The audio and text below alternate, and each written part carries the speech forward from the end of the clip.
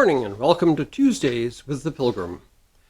Today we continue our journey with Chapter 9, Part 3, The Pilgrims Cause a Commotion.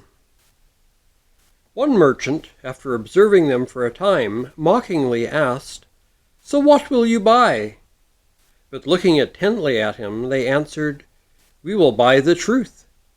This gave the people a reason to despise them even more.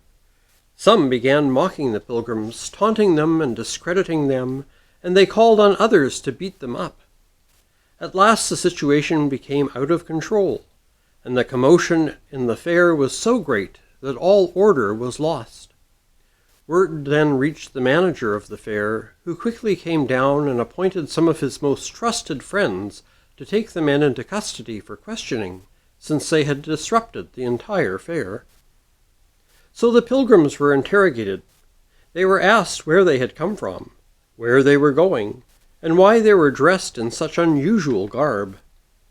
They answered the people that they were pilgrims and strangers in the world, and that they were on their way to their own country, which was the heavenly Jerusalem.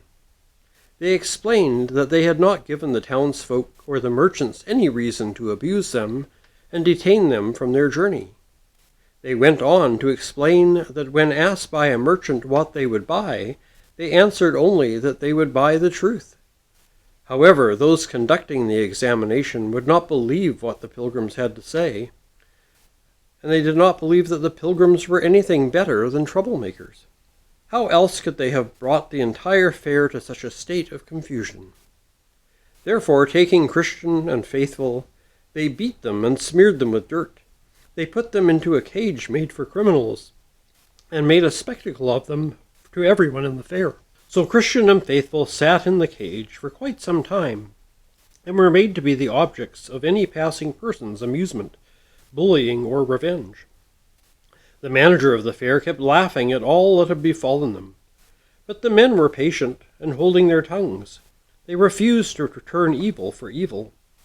On the contrary, they returned blessing for insults, offering good words in exchange for bad, and kindness for injuries inflicted. Chapter 9, Part 4. The Conflict of the Opposing Sides. Some people at the fair, who were more observant and less prejudiced than the rest, began to correct and confront the more depraved types for their continual abuse of the two men. This caused the ruffians to angrily attack them in return, accusing them of being as bad as the men in the cage and in league with them. They said their behavior warranted their being tossed into the cage along with the two pilgrims. The defenders answered that all they could see was that the men were quiet and serious-minded, and intended nobody any trouble. They said that there were too many who traded in the fair who were far more deserving of being put into the cage than these poor abused men. After much more angry argument, while the pilgrims continued to conduct themselves wisely, the opposing sides finally came to blows and began to harm one another. After this, the two poor pilgrims were dragged before their examiners once again, this time charged with causing this latest ruckus. The examiners beat them mercilessly, and putting them in iron chains, they led them by the chains up and down the streets of the fair as an example and deterrent to others who might try to speak up on their behalf, or worse yet, join them.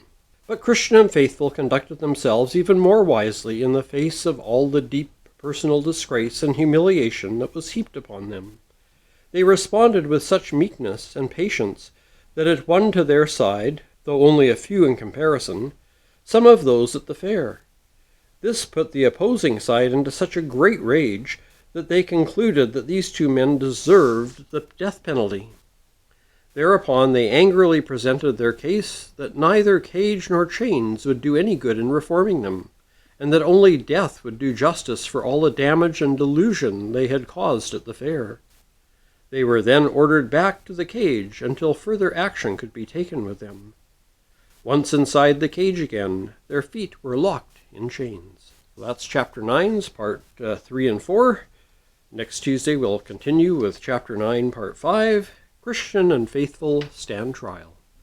Until then, take care, stay safe, and God bless.